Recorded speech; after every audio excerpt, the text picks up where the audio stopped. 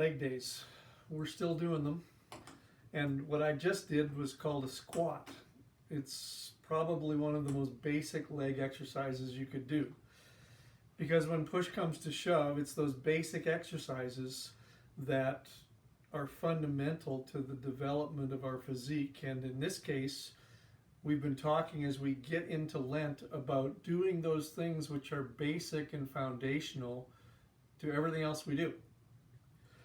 Tim made the comment last week that you can't love a God you don't know and don't pay attention to. John said that if we say we love God and don't love those closest to us, we're liars. So in this Lenten season, we're going to work at paying attention to God. And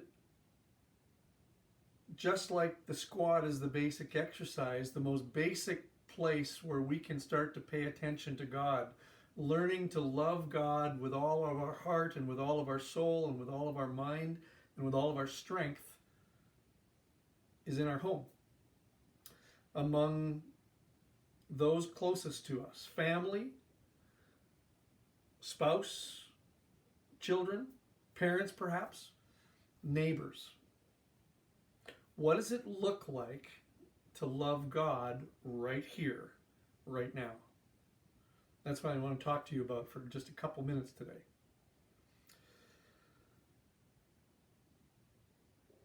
Whenever I think about this, whenever as a pastor I'm asked about love, what comes to mind more than anything else is 1 Corinthians 13. We recite that passage at weddings over and over again. We memorize it in some cases. We extol the virtues of love by quoting it because it's so beautiful, but also because it's so accurate.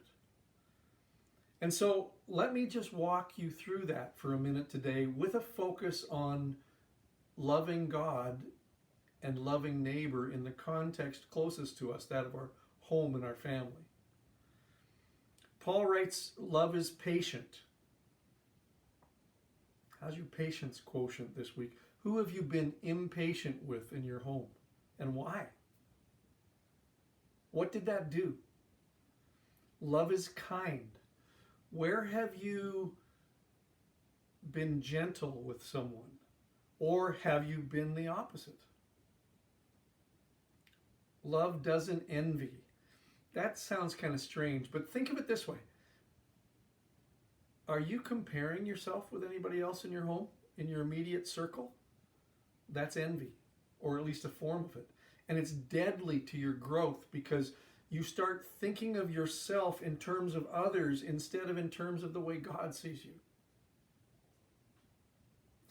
Love doesn't boast. Do you need to be seen? Do you need to be recognized? That's boasting. Love isn't proud. Same kind of thing. If what you're doing is to be noticed, that's pride. And it's not what Jesus is. Love does not dishonor others. How do you speak about those in your family, your spouse? Or if you're not married yet, how do you speak about your closest friends or the people you work with? How do you speak about children? How do you speak about your parents? You can tell the truth without dishonoring. It just takes some work. Love is not self-seeking, and it's not easily angered. How short is your fuse? What in your home triggers anger for you? What can you do to minimize that? Love keeps no record of wrongs. Tit for tat. Is that what motivates you to acts of love, or is it the choice to love?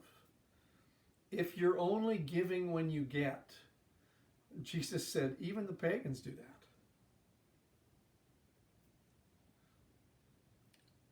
Love does not delight in evil, but rejoices with the truth. What does it look like to cultivate that kind of atmosphere in your home? Love always protects. You know, in premarital counseling, we'll counsel couples all the time. Don't use the word always as in, you always do this. Well, perhaps there's a caveat to that. You can use it in this context. Love always protects. It always trusts. It always hopes. It always perseveres. Love never fails. This is a pretty high standard with which to evaluate ourselves, but it's a really good one because it's practical. If that isn't practical enough, let me give you a couple of other ideas today. Is there something you can do to repair a relationship? Maybe your spouse has been angry at you. Maybe you don't even feel like it's justified, but the relationship has been put under tension. What can you do to ease the tension? Maybe you're having a challenge with one of your kids or with that best friend. What can you do that will be seen as an act of moving toward that person to repair the relationship? Here's a different one, also practical. Sometimes the most loving things we do are the simplest and most easily overlooked. Like, for instance, simply acknowledging a person or that person's contribution to your life. Thank you. Please. You're welcome. Glad to do it. Is there anything I can do to help? Any of those things are a way of acknowledging the other person. And you see, at the heart of love is this idea that God sees me, God knows me. I need to get back to the rest of my leg day today. I hope that as you go into this second week of Lent, you'll take time to focus on how you can be more loving in the context of your home and family and with your neighbors.